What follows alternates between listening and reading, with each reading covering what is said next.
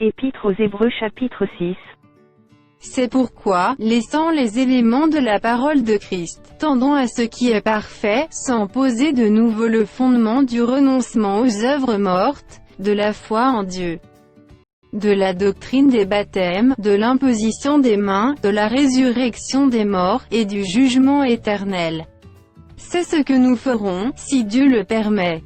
Car il est impossible que ceux qui ont été une fois éclairés, qui ont goûté le don céleste, qui ont eu part au Saint-Esprit, qui ont goûté la bonne parole de Dieu et les puissances du siècle à venir, et qui sont tombés, soient encore renouvelés et amenés à la repentance, puisqu'ils crucifient pour leur part le Fils de Dieu et l'exposent à l'ignominie.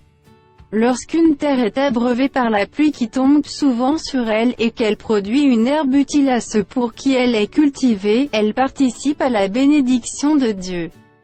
Mais, si elle produit des épines et des chardons, elle est réprouvée et près d'être maudite, et on finit par y mettre le feu. Quoique nous parlions ainsi, bien-aimés, nous attendons, pour ce qui vous concerne, des choses meilleures et favorables au salut. Car Dieu n'est pas injuste pour oublier votre travail et l'amour que vous avez montré pour son nom, ayant rendu et rendant encore des services aux saints. Nous désirons que chacun de vous montre le même zèle pour conserver jusqu'à la fin une pleine espérance, en sorte que vous ne vous relâchiez point, et que vous imitiez ceux qui, par la foi et la persévérance, héritent des promesses. Lorsque Dieu fit la promesse à Abraham, ne pouvant jurer par un plus grand que lui, il jura par lui-même, et dit, « Certainement je te bénirai et je multiplierai ta postérité. » Et c'est ainsi qu'Abraham, ayant persévéré, obtint l'effet de la promesse.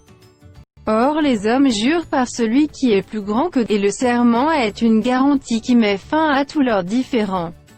C'est pourquoi Dieu, voulant montrer avec plus d'évidence aux héritiers de la promesse l'immutabilité de sa résolution, intervint par un serment, Afin que, par deux choses immuables, dans lesquelles il est impossible que Dieu mente, nous trouvions un puissant encouragement, nous dont le seul refuge a été de saisir l'espérance qui nous était proposée.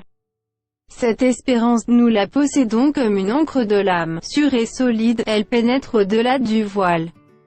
Là où Jésus est entré pour nous comme précurseur, ayant été fait souverain sacrificateur pour toujours, selon l'ordre de Melchisédek.